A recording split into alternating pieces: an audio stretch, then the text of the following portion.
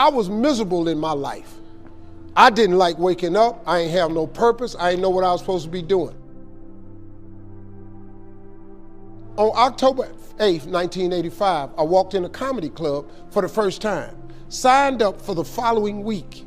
The following week, a girl took me down there. She said, you got to go to comedy club. You're the funniest person I've ever met. I never even heard of comedy clubs. I'm 27. I walked in the comedy club. I signed up for the following week. I'm gonna sit here and learn. I knew I was funny. I just didn't know what to do with it. They had 10 acts go up. 9 of them went up. I didn't laugh at one joke. I was just sitting there just, man, I wish that was me. Man, they should have said this. Every joke they told, I knew the punchline before they said it, and I wrote a better punchline in my mind, what they should have said. It got to guy number 10, they called his name, he wasn't there. They said, well, he's not here, we're gonna go to next week's list. Steve Harvey, where are you? Long story short, I won amateur night that night. I won $50. It was a 45-minute drive to my house with this girl named Gladys. I cried 45 minutes. She said, what you crying for? It ain't but $50. I said, no, you don't even understand. I was born tonight. I now know what I'm supposed to do. I went to work the next day, October 9th, and quit my job. With $50, I had nothing. I just never gave up. I'm gonna tell you something. That decision cost me everything I had. I lost everything. I lost my family. I lost friends. I lost everything. I became homeless. I lived in a car for 3 years. But I just saw this, I saw this vision. I just pursued it. I said, wow, that's it. You have to take chances in life. Life is about risk.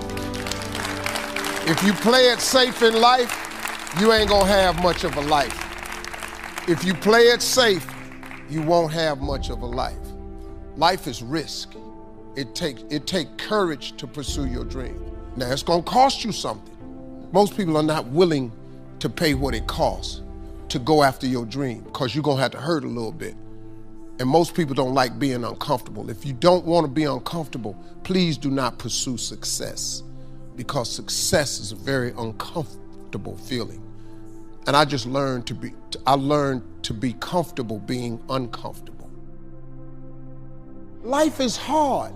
See, for every time you have a plan, a dream, an aspiration, or a goal, do you know what happens every time you have one of those? This thing comes along called life. It happens to everybody. Life has disappointment. It's got peaks and valleys. You're gonna lose somebody you care about one day. That's a valley. Somebody gonna close the plant you thought was gonna stay open so you could retire. That's a valley. Somebody gonna fire you for an unjust cause. That's a valley. The people that got your credit card gonna sell their company, gonna sell their business to another credit card company. Your 18% go up to 26%. You don't even know why now your minimum didn't change. Cause it's life.